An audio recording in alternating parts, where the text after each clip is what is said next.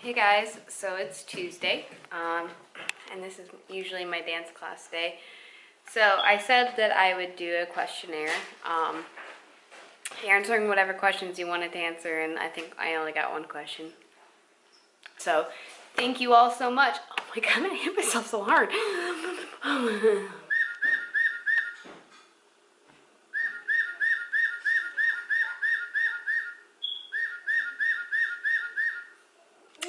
Alright, with the animals.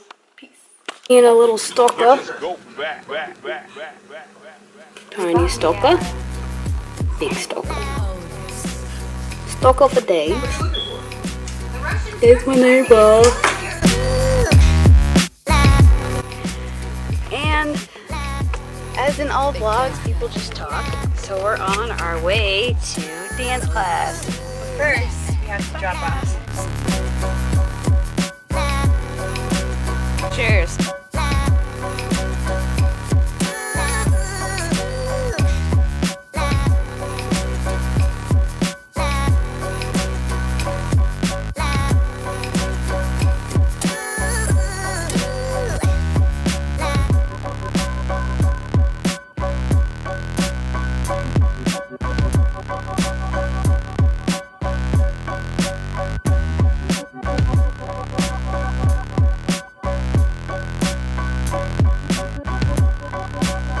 There's all the beautiful parents. Welcome to the vlog, guys. Behind the scenes, yay, supporting parents.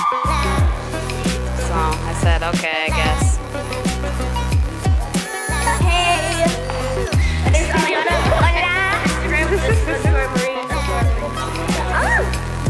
She said, can I see chugga chugga? I didn't know that. Not the whole thing.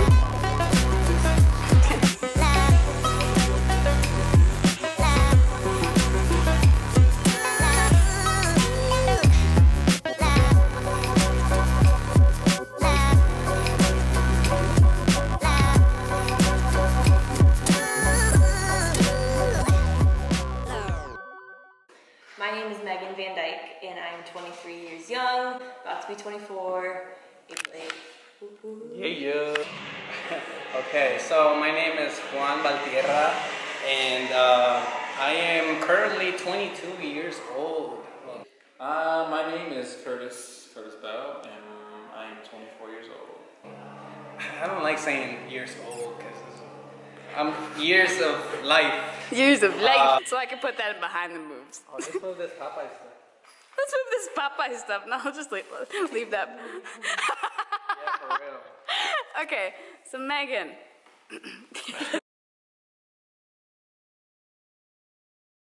And I started dancing. I think the way I started was I was inspired by the Jabberwockies when the show America's Best Dance Crew first came on.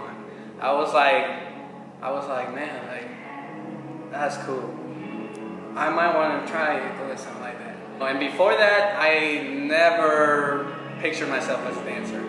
I went to a lot of parties where my family would go to quinceañeras, and those are traditional Hispanic parties where celebrations where a girl grows up to womanhood.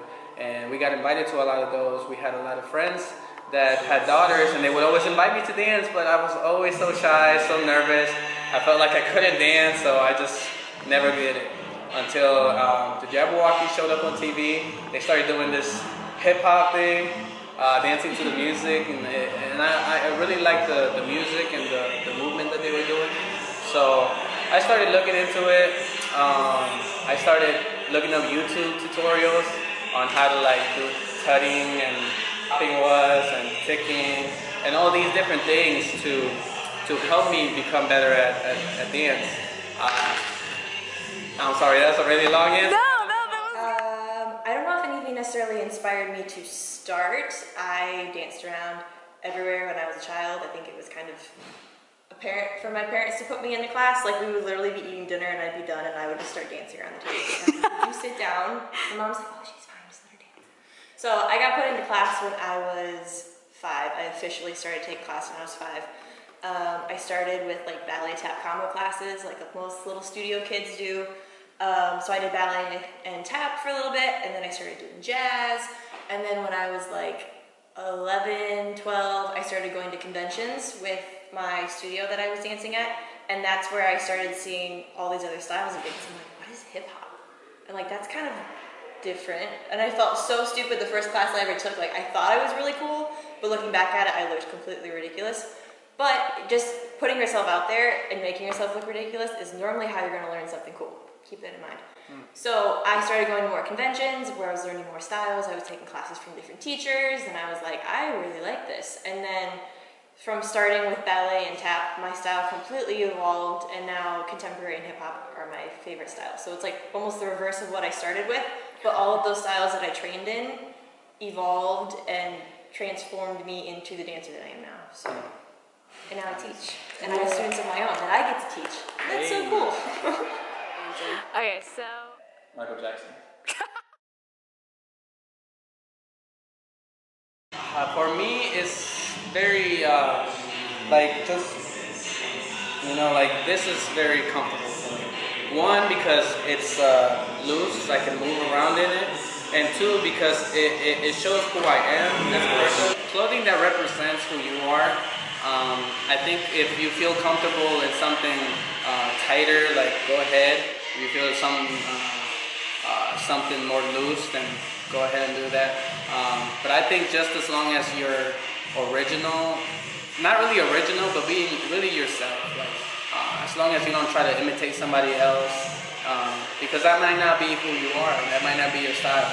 So don't be afraid to wear purple and red and black. Like, it doesn't match, but hey, that's who I am. I'm comfortable in it. And well, it depends on the style of dance that I'm doing, to be completely honest. Like, if I'm doing hip-hop, my personal style, I wear a lot of layers, which isn't logical. Sensible, logical, whatever. Because you get hot, but you're wearing lots of layers. But personally, I feel so much like, I don't know, I just feel cooler when I wear lots of layers. Some people feel cool when they're like showing a lot of skin. I'm the complete opposite. I'm very like conservative, I guess, but like lots of layers. The more layers I have on, the cooler I feel. But though if I'm doing like contemporary styles, then I'll probably wear like shorts and a shirt, because it's a little bit more form-fitting. Because with styles of contemporary or lyrical or jazz, there's so much more movement based off of like your body itself. There's so many lines that you really don't want to miss, and there's so many extensions with your legs, and if you're wearing baggy sweatpants, you kind of miss out on those things. So I guess I kind of have shoe styles depending on what I'm doing. I like to wear like bigger stuff, like it's kind of loose. I don't like really feeling tight or restricted, so like hoodies a lot of times, and then light shoes, low tops, sometimes high tops, but usually something that can be light on my feet. I don't really like to feel like restricted or bulky. yeah. Running through the routine a lot. I think something that a lot of people, especially young people that are trying to do it professionally, they don't really like to take the time to pay attention to the small details. Like my elbow might be here, but it's really like here, and it takes a lot of time and a lot of patience with yourself to be able to correct such a minor detail, but it makes such a huge difference. So I would just say review the choreography without the music a few times, a good amount of times, just so you know what the movement is, and then really get the musicality down, get the texture down, and not be afraid to ask questions. Don't be afraid to point something out if you see that that might not be the right way. Like let's fix it.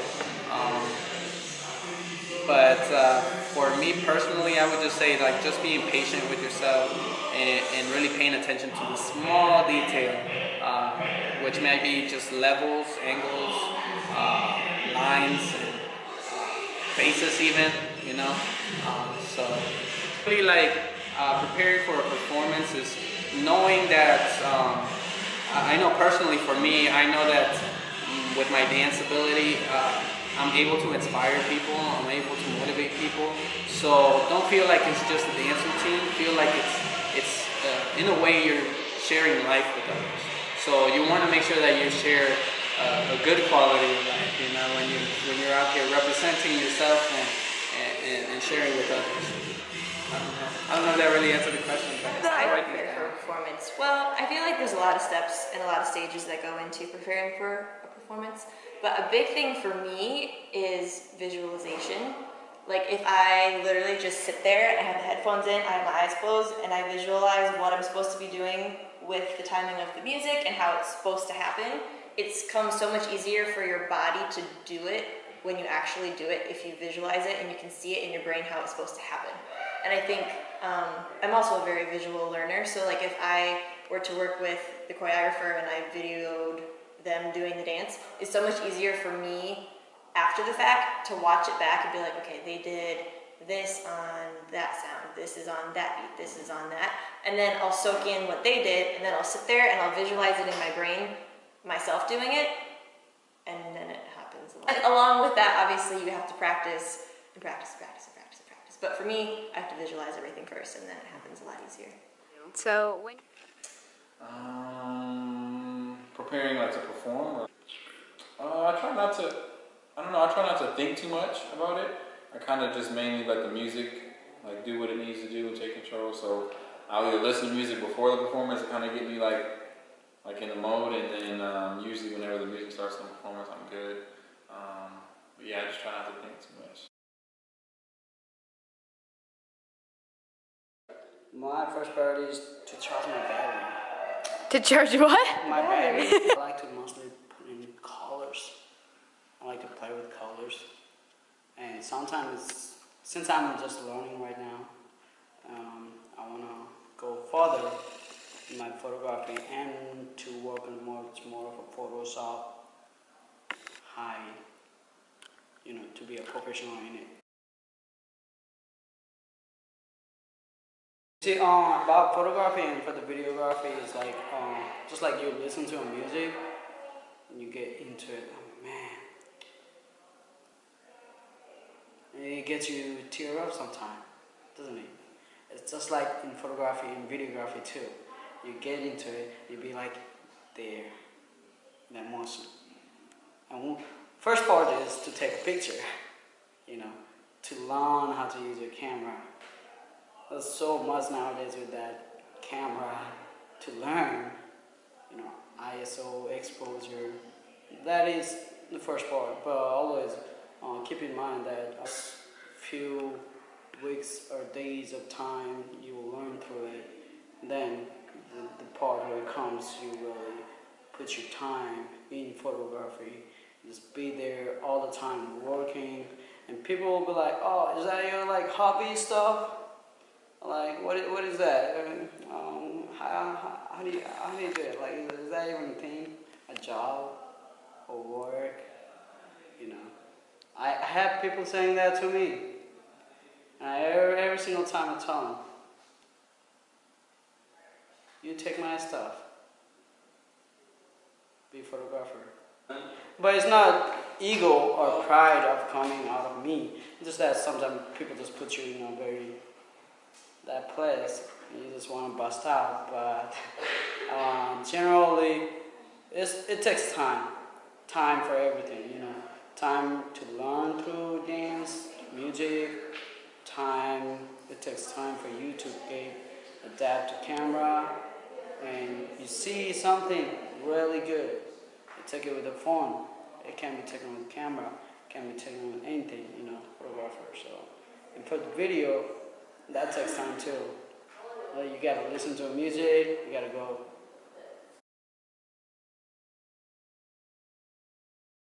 Starting from the beginning, I am Shanice Carruthers. I am 25 years old. I have 3 kids, and this is a YouTube channel about tutorials, my own choreography, teaching and helping, and just making sure that love is spread throughout. How did I first try Matt, Dana, all of their choreographies? Well, the first choreography I ever tried was Matt Stefanina's Dark Horse. And I put the video up, and I left it for quite some time, maybe like a year and a half I left it before I deleted it. Because it was, obviously, as I've always said on my channel, I started this as an anxiety problem, and so to have that moment, that pinnacle moment where I let myself be seen by other people in my raw state of form, was just almost the little bit of high that I got from uploading that video. And I think that a lot of people feel that way too. But there's a sense of accomplishment that I feel when I get a video out there and it's appreciated and it's loved and it's gaining support. And I know that the reason behind it was just because I was sharing myself. I was trying to help others learn. It's like just those moments made it worth everything and what inspired them to dance. Matt Stefanina was the first person that I watched and got into dance with, and I'd always been interested in dance. I was a cheerleader for 4 or 5 years, so my core strength was in cheerleading. Level 5 cheerleader, level 4 stunter. Now this is a vlog, but I have graham crackers in front of me, and it's like a weakness. And then I watched ABDC, and I was just floored. I was just so in love with how these different groups can just come together and it could be so pure. Just the purest, rarest form of creativity. And it just amazed me. It wowed me. It made me feel something I hadn't felt for such a long time, or even at all at that point, at the age I was. So as I went through my life struggles, I realized that music was something I could turn to, that I would listen to, that I would feel for. And then when I started combining the two, the groove as well as the musicality, it became a whole nother experience. This year would be the year that I would start understanding music. I mean, that sounds so stupid, but now is the year where I understand where these dancers' feelings for these movements are coming from. Another thing, things I like to wear when I'm dancing. I like to wear tight-fitting stuff. I like to wear shorts and, just a sports bra if I'm doing like contemporary, or, shorts or spandex and a t-shirt, tight-fitting t-shirt. Anything when it's contemporary hip-hop. I love tighter fitting things. If it's hip-hop, I love layers. I love, wrap around my waist. And I usually tend to like it plaid. I can also do wrap around my waist and then do a shorter shirt that just comes right up to here. Sometimes I like leggings, sometimes I like sweatpants, sometimes I like, that hybrid of sweatpants, leggings where, cuffs close at your ankles. But those are the kind of things I'm comfortable with. I have only been dancing for the duration of this channel, which has been, and it's 3 years? Been a YouTuber for 3 years? Yeah. No. Yes. No. 3 to 4 years. Let's go 3 to 4. But I've been a YouTuber for 3 to 4 years, and that's how long I've been dancing or training with classes online. So, I don't know if that helps at all. What? Poop. Well, I'm going to wrap this up because I'm sure this video will be very long already. But I would say tips and tricks. Get to learn your musicality. Listen to the music more than you're watching the dancers. And then once you feel the music inside and out, then watch the dancers and you can kind of see where each note hits.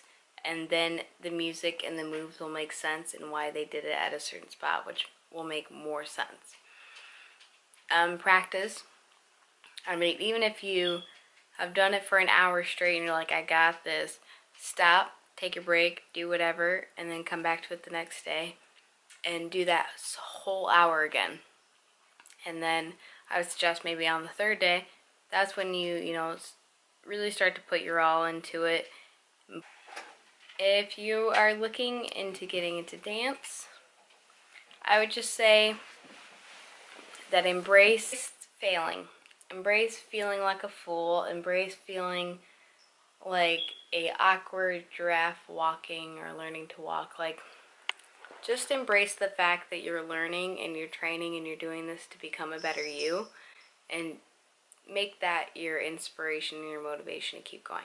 Thank you all. I hope you really liked the insight of everything that went on, and I hope you were okay with the vlogging style of this video, because I know I don't do that very often. But as always, love you all, filthy animals, and I'll see you on the flip side. Peace.